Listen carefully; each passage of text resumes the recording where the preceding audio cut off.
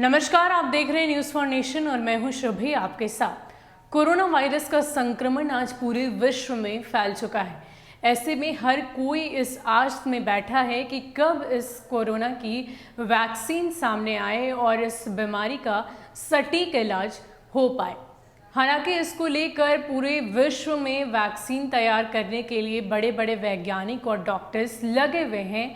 कई सारे लैब में भी काम हो रहा है और बात करें ऑक्सफोर्ड की वैक्सीन की तो उसमें कुछ हद तक सफलता भी पाई गई है। लेकिन इन सब के बीच हमने एक शब्द बहुत बार सुना है जो है क्लिनिकल ट्रायल। कि आखिर वैक्सीन का क्लिनिकल ट्रायल आज हमारे देश में भी 11 जगहों पर किया जा रहा है। तो आज इस वीडियो में हम बात करेंगे कि क्लिनिकल ट्रायल क्या होता है, क्यों इसकी चर्चा इतनी हो रही है, क्यों हर वैक्सीन को क्लिनिकल ट्रायल से ज़रूर गुजरना पड़ता है। तो आइए जानते हैं कि क्लिनिकल ट्रायल क्या है, किस तरीके से वैक्सीन क्लिनिकल ट्रायल में जाती है और इसका जाना क्यों ज़रूरी होता है।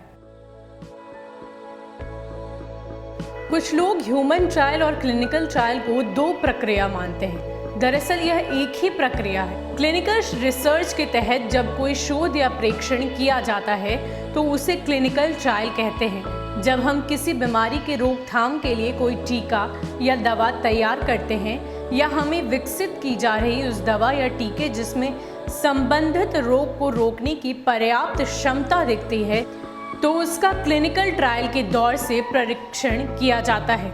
इससे पहले के टेस्ट ट्रीटमेंट्स की प्रक्रिया को प्री क्लिनिकल ट्रायल कहा जाता है।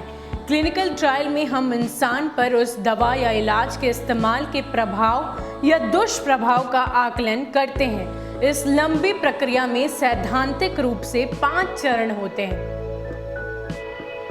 क्लिनिकल ट्रायल के आखिरी चरण के लिए 5 संस्थानों में हरियाणा के पलवल में इनक्लेन ट्रस्ट इंटरनेशनल, पुणे के KEM, हैदराबाद का society for health allied research, Chennai का नेशनल इंस्टीट्यूट ऑफ एपिडेमियोलॉजी और तमिलनाडु के वेल्लोर स्थित क्रिस्टीन मेडिकल कॉलेज को शामिल किया गया है। 11 में से इन 5 संस्थानों पर टीके के क्लिनिकल ट्रायल का आखिरी चरण जल्द शुरू होने की बात कही जा रही है। कोविड-19 का वैक्सीन तैयार होता है तो यह मानव इतिहास का सबसे महत्वपूर्ण वैक्सीन होगा। ऐसे में वॉलंटियर के लिए कुछ खास बातें ज़रूरी है, जैसे उसका स्वास्थ्य होना ज़रूरी है और वह पहले कभी कोविड-19 से संक्रमित न हुआ हो। साथ ही उसमें कभी कोविड-19 के हल्के से भी लक्षण ना दिखे हों। दिलचस्प है कि सह रुग्णताओं के साथ और उनके बिना भी वॉलंटियर्स पर विचार किया जा सकता है। हालांकि यह ट्रायल के चरण पर निर्भर करता है क्योंकि वैक्सीन को आबादी के विभिन्न हिस्सों पर ट्रायल करना होता है। भारत की बड़ी आबादी जीवन शैली की बीमारियों से पीड़ित है, जैसे डायबिटीज़। यह बीमारियां कोविड-19 के लिए सह रुग्णता के रूप में कार्य करती है और अक्सर यह उपचार प्रक्रिया को और भी जटिल बना देती है। ट्रायल के ये 4 चरण। 0 फेज के तहत 10 से 15 लोगों को विकसित की जा रही दवा की बहुत ही कम खुराक दी जाती है। पहले चरण के तहत 15 से 30 लोगों को शामिल किया जाता है, जिनके अलग अलग समूहों को अलग अलग मात्रा में खुराक देकर उसके असर का आकलन होता है।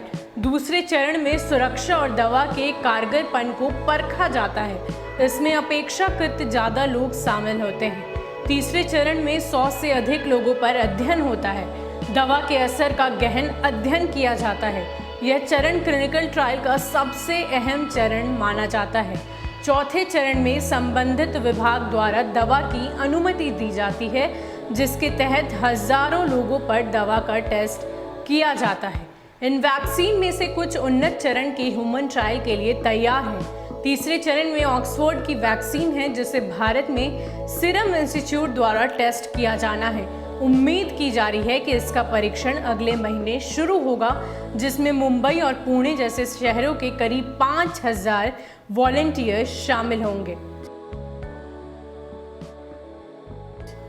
अभी तक हम सब इस कंफ्यूजन में थे कि ह्यूमन ट्रायल और क्लिनिकल ट्रायल दोनों दो बातें होती है, लेकिन इस रिपोर्ट में ये बात सामने निकल कर आई है कि ह्यूमन ट्रायल और क्लिनिकल ट्रायल दोनों ही एक ही बात होती है, दोनों सेम चीज़ है और लैब में इनका 4 चरणों में ट्रायल होता है। हालांकि ऑक्सफोर्ड की जो वैक्सीन ह्यूमन ट्रायल पर सफल रही है, उसका उत्पादन इंडिया की कंपनी सीरम इंस्टीट्यूट करेगी और उसका जो ह्यूमन ट्रायल है वो करीब 5000 लोगों पर किया जाएगा। फिलहाल के लिए इतना ही। ऐसे ही अपडेट्स के लिए आप हमारे साथ बने रहिए और देखते रहिए न्यूज़ फॉर नेशन। नमस्कार।